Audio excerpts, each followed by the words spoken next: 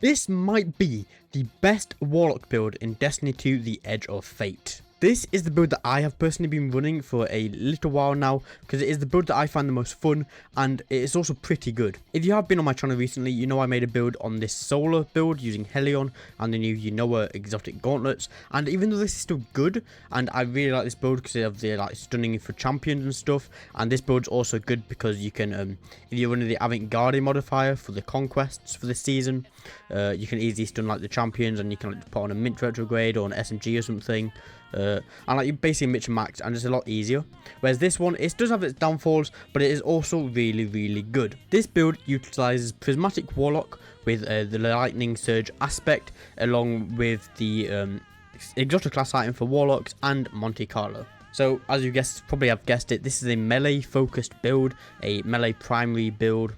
And like this isn't even fully set up, by the way, so you can see my armor isn't fully masterworked because these cost enhancement or ascendant shards even, and they're quite hard to come by, it feels, so I'm not spending them until I get like proper tier 5 armor.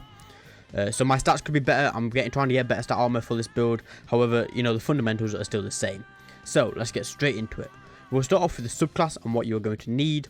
I would recommend Nova Bomb. That's because using one of these, here you go, whenever you pick up another power, you will get Overshield.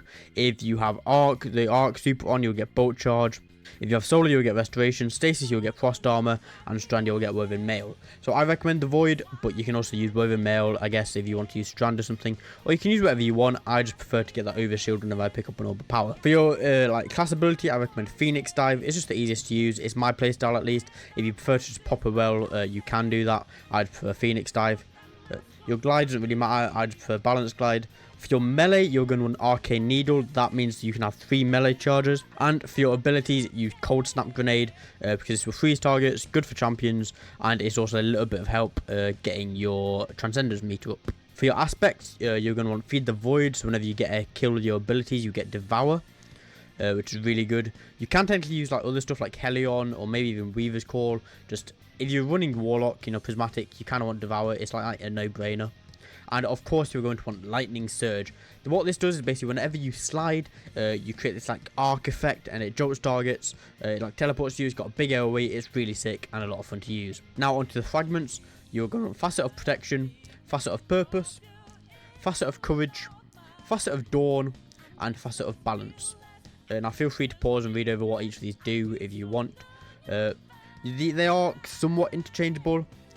I've got this Facet of Dawn, because powered melee hits make you radiant.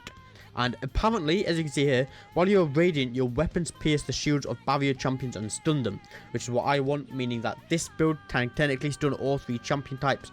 However, for some reason, someone can update me in the comments if I'm doing this wrong, but whenever I get radiant, my weapons do not pierce barrier champions. So is there something I'm doing wrong? Do exotics not count towards that effect? I guess I could see why like my rocket sidearm wouldn't, but like you would think my machine gun would or something. But yeah, let me know if there's something I'm doing wrong. Now onto the weapons. Use Monte Carlo if you're exotic. I would recommend it because what this does is basically whenever you get a kill, it reduces your melee ability cooldown. I believe it's every 3 kills gives you your melee back, and with those charges you'll basically have a lot of melee to spam around with, basically meaning you can use this Lightning Surge as often as you want. For your energy, I would recommend a rocket sidearm, whether that be Aberrant Action, Lotus Eater, whatever you want. A 1-2 punch shotgun could also be quite good.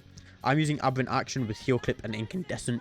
However, you can't get this gun anymore, I don't think. So if you don't have it at the minute, then you know you might be a little bit screwed. I don't know if you can get Lotus Eater. Maybe you can do normal Nightfall to get Lotus Eater, but just bear that in mind. A 1-2 punch shotgun would also work well as well, I believe. And for your power weapon, this is really, you can use whatever you want. If you want to use an Eagle's Edge Sword, go with that. I'm using this Watchful Eye at the minute because it's got overflow, meaning that whenever I pick up heavy ammo, I never have to reload essentially, because it puts the mag at like I think 170. However, I am trying to get in Ulterior Observation with Envious Arsenal on it, which basically means whenever I get kills with my other 2 weapons, it refills this like the magazine from reserves, which I think is really good because I hate having to reload machine guns. It just takes so long. However, with this, you're going to be amplified a lot, which will just improve your damage and whatnot, which also increases your reload speed. So it's not that big of a problem if I don't get one of the Envious Arsenal. Now, the armor, you can use whatever armor you want, just mainly focus on that melee stat. I'll get to stats in a little bit longer. However, your exotic armor is going to need to be, realistically, the exotic class item. You're using prismatic exotic class items, kind of a go-to here. If you don't have this, because you don't have someone to run it with, you know, I mean, if you want to run Dual Destiny, I'll be down to do it. I think it's a great mission. If you need someone to do Dual Destiny with, I will always be down.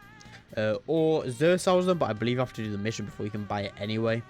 But I mean, Dawning's somewhat near. I think Ava Levante sells them as well, and you don't need to do the mission. But the perks on this, you're going to want Innermost Light and Syntheseps. Syntheseps basically improves your melee damage when you're surrounded. So if there's a bunch of enemies near you and you do your Lightning Surge, your melee is going to be increased even more. And Innermost Light, using an ability, empowers the other two abilities, granting them improved energy regeneration. You could also go for Necrotic Grips if you don't have one with Innermost Light on it.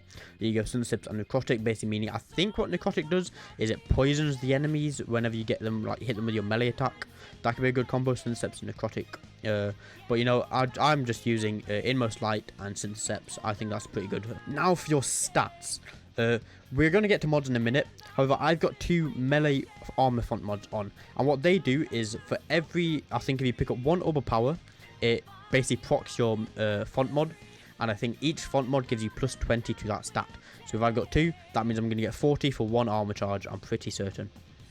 So ideally, you'd want 160 in melee, because then once you have 1 armor charge, you'll be at 200, which is the max cap, basically matching out this damage as much as possible. Mine's only at 128 right now, because, you know, I'm still trying to get better armor that's like melee focused. And then for a second start, you know, I'd recommend you focus on super. Get that super to at least 100, so you have it back quite a bit. And then for the others, you can play around with them, whether you want more grenade, that's up to you. Maybe you want more class ability, you know, maybe you just want to focus on health, because I mean, if you're going for the brawler archetype, that is a health or melee as a primary and health as a secondary. So maybe you'll have a lot of health in there. You know, basically anything that is your preference, just focus on melee and super as your first and second stats, I would recommend.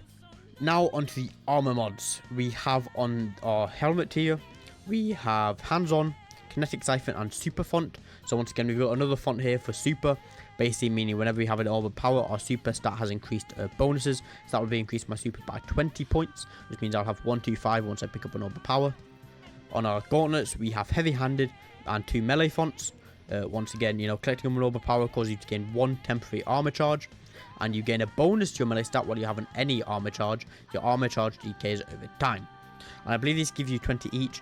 I don't think the amount of armor charges you have, so say you've got 3 armor charges, I don't think that changes the stat at all. It's just as long as you've got 1, these both proc, I'm pretty certain. Now, chest piece, basically use any resistance mods you want. If you go into an activity where it's, you know, void damage, you'd want void resistance, you know, same as solar or arc, whatever the damage type is, put on that resistance. For your boots, you're going to want invigoration, kinetic weapon surge, and void weapon surge. That was on void because I was using Lotus Eater for a little bit. Just match these up to the weapons you are using. So, for example, I'm using Indebted Kindness, so I'm going to use Solar Weapon Surge, and same with Kinetic Weapon Surge, which will just increases my Monte Carlo's damage. And for your class item, you are going to want Distribution and Time Dilation. For the stat mod, you know, you can go with whatever you want, as I said previously. It just depends on what your stats are looking like now. If you're kind of new to this game, or maybe there's some websites you don't know about, one website I would recommend if you're struggling about armor and stats and stuff is go to this website called D2 Armor Picker. If I remember, I will link it in the description. Basically what this is you log into your Bungie account. It's like proper safe. I'm pretty certain Bungie has promoted it previously as well on like the social pages. What you do is you select what exotic armor you're using. So I am using Solipsum. You can select the perks as well. So I'm using Inmost Light and what is it, Syntheseps, like that.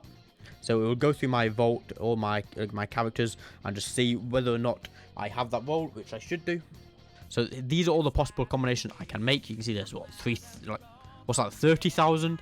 However, you can limit it down as well because we are on Prismatic, so we can go Prismatic, and we can choose which like aspects we want. There you go. So now they're selected. It will once again reroute through these. And then you can go up here and say, what was I saying, like 160 for melee. You can go 160 in that box. Right there, because this has been updated to a new armor system. And you can see I could get 100 in grenade, or super even, sorry. And you can see I could also do 100 in HP if I wanted to. There you go, triple 100 stats right there. Ideally, maybe you'd want 200 stats and stuff. But yeah, I guess we can go 106 in super instead then, like that. And we'll end up with 40, we'll end up with 40 weapon. So you can see here, it shows you what armor it wants you to use. I ideally want some like Bushido and stuff, because this doesn't use solar, so the lustrous stuff, the solar, the solstice stuff is kind of useless. But it tells you what mods you need to put on, so it says 5 melee mods here as well. It's very useful. You can copy the dim query as well, or you can just move the items to your inventory, and that seems to work quite well. So if we press this move items to inventory button and go back to the game, this should start rolling into our inventory, like so. So make sure you got enough room open. I probably should have mentioned this earlier as well. These builds, there will be links down below in the description for both a mobalytics and a dim link, however you prefer to get your like loadouts from, if you just want to go ahead and copy and paste them over. So we're going to show you here as well. I'm going to show you a little bit of what the like build has to offer. Let's just try and generate an overpower somewhere. Right there. So there we go. We've got 1 armor charge. We can go ahead and freeze him if you want to. And we can go and do stasis. Look at that. It does like what? That did like 2/3 of his HP. If I had more melee stat, it would do even more. There you go. Just 2 of them, and that unstoppable was already dead. I don't even think we stunned it. We might have. I don't know if arc stuns are stops or not. But then we can also activate Transcendence if you want to. And like this, we can pop that down. But then we get like infinite melee. You can see that one-shot him. That one-shot that champion. I don't exactly know what power this is at. It more than likely won't one-shot a lot of champions if you're in like a higher combatant power. And like you're in like a lower power data, like say you're 50 under or something. But it can still do a heck of a lot of damage. So what I'm going to do now is I'm going to go into a solo ops. I'm pretty certain it's creation today, isn't it? Yeah. We'll go into creation and we'll go and put this on Grandmaster difficulty. I'm not going to bother putting any more. Actually, I could do. I'm 391. If I put difficult void threat on, we'll put that on. And actually, does that even do anything? Because like, if I take that off, I'm still getting power level 394 stuff, and it's tier 3. If I put that on, still 394, tier 3. So I don't even know. I'm not going to bother. I'm just going to keep it as is. However, we're going to go into that straight away and do a quick run and then end off the video. Here we go in here. I don't really like this one because of the like, pads you got to get. However, I did figure out, I was watching TikTok and someone said how you can like make it faster. Basically, you pull your ghost out, it makes it that little bit faster. That also works on Skywatch. You know, like the one where you have to like capture the plate, like the points in like the Cosmodrome. You got like send data over or something. It also works quite well on there. So I think it makes it go a little bit quicker as well.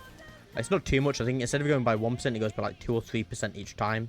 Instead, you see, just did 3% there. So it makes it that bit quicker. There you go. I'm going to proc that just so I can get amplified and so I get the speed booster. Makes this a little bit quicker. But I can just ignore all these guys. There is a champion on there. You know what? We'll take him out. I just want to show you what this can do. Like that. Boom. One-shot him. This is in Grandmaster difficulty, by the way. I think I'm only 9 under, so that's probably why. If I had to guess. If it was a little bit higher, like say I actually made it like maybe... Let's say I made it like 450, right? And I'm only like 391 at the minute. It would probably be a little bit harder like, to one-shot them. That's when stunning them comes into play. Which, you know, you'd think I'd be able to stun them with Radiant, but apparently I can't. Here we are. This is the final boss right now. I'm not saying Grandmaster difficulty is hard at all, but like this build definitely makes it a lot like easier anyway. We can just do this. We can get Devour, get an Overshield as well because you picked up an overpower. And look at that. Look how much damage it did to the boss just with this, by the way. Like almost like got the boss to its damage phase in like one like lightning surge. If I had 160 stat, which I probably am going to work on today, I probably would have gone to that boss to that damage phase in one like hit.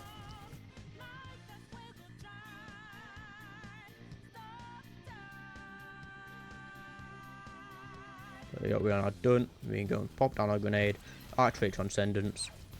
Got 2 armor charges. Boom, we are done. Like I probably could have made this difficulty, this encounter, like this activity a little bit harder. Because this is just Grandmaster is not it. Like it's not hard at all. That's it for this electrifying Prismatic Warlock build. Lightning Surge is hitting harder than ever right now, and with this setup, you'll be seeing chaos across the battlefield.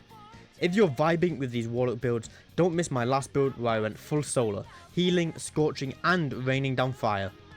It's a perfect complement to this arc heavy madness. Hit that like button if this build sparks some ideas, and check out the Solar Warlock build right here. And I'll see you guys in the next one.